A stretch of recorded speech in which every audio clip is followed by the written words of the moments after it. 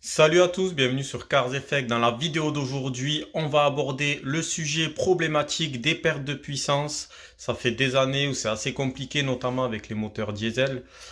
L'idée dans cette vidéo, c'est de vous faire un retour d'expérience sur ce qui fonctionne, ce qui ne fonctionne pas, les produits qui sont censés décrasser, nettoyer la vanne EGR, le FAP et tout ça. Je vais vous dire vraiment ce qu'il en est, est-ce que ça fonctionne ou pas. J'ai fait pas mal de vidéos à ce sujet, j'ai testé pas mal de produits que j'ai achetés plus ou moins cher et on va aller directement à l'essentiel pour voir ce qui fonctionne ou pas. Donc, première partie, on va parler des produits. C'est parti. Alors, les produits tels qu'on peut voir dans le commerce, comme les produits Bardal, nettoyant FAP, nettoyant Van EGR que vous mettez dans le gasoil et tout ça, clairement, pour moi, ça n'apporte rien du tout. C'est juste un bouffe-pognon.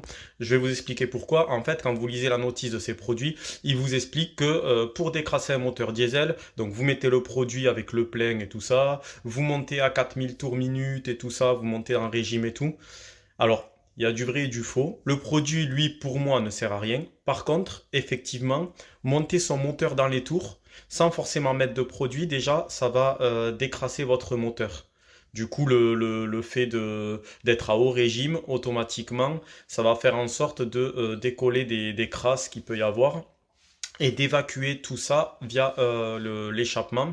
Alors, les produits, pour moi, j'ai arrêté, je n'en achèterai plus. Par contre, j'ai une autre solution qui peut être intéressante. En fait, quand vous allez en station essence, vous avez le gasoil Excellium, je vous le mets à l'image. Alors l'Excellium, en fait, c'est un gasoil de meilleure qualité, entre guillemets. Vous avez de l'additif, en fait, qui est mélangé. Alors l'additif peut être assimilé à ces genres de produits nettoyants injecteurs et tout ça.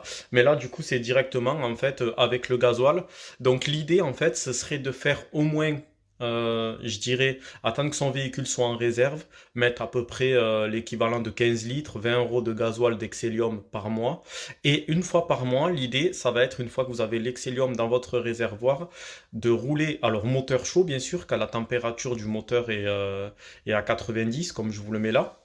On ne pousse pas un moteur à froid, il faut que l'huile soit en température et autres, sinon on peut abîmer des pièces. Très important de respecter ça. Une fois que le moteur est en température, là vous pouvez aller sur voie rapide ou autoroute, vous mettez en quatrième à 110 par exemple, et là vous restez entre 3005 et 4000 tours pendant environ une vingtaine de minutes.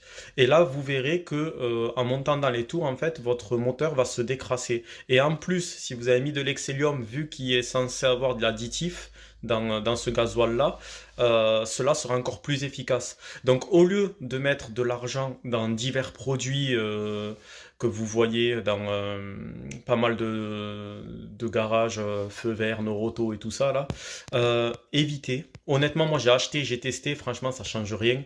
Le mieux c'est de faire directement via le décrassement en fait, soi-même en montant dans les tours tout simplement et en mettant de l'excellium, ça suffit amplement.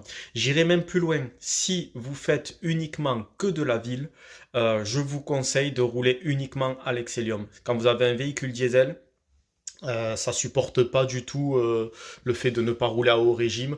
Donc si vous avez un véhicule diesel que vous faites que de la ville, l'idée c'est de rouler à l'excellium et de temps en temps de monter un peu dans les tours, être à 2005-3000 tours minute avant de passer les rapports. Ça permet de décrasser un peu son moteur.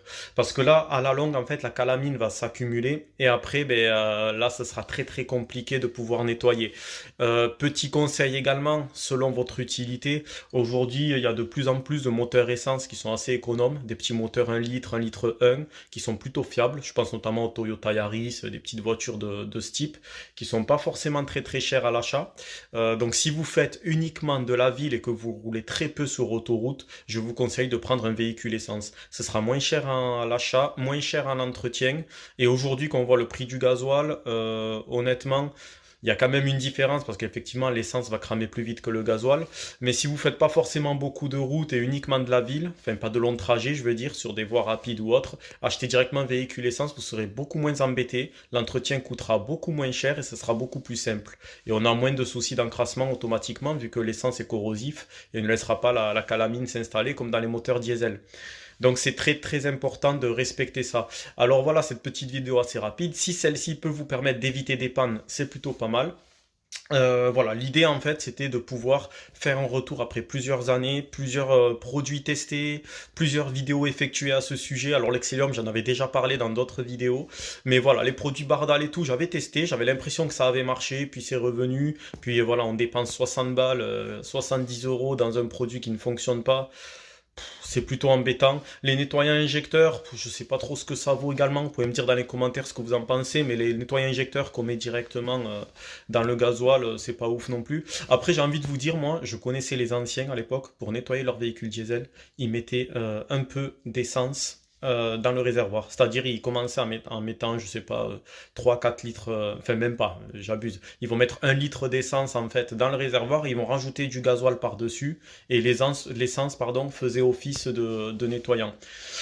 Après, bon, sur les nouvelles voitures, je testerai pas trop. Il y a beaucoup d'électronique. Donc, vous pouvez mettre vite en défaut votre injection ou autre.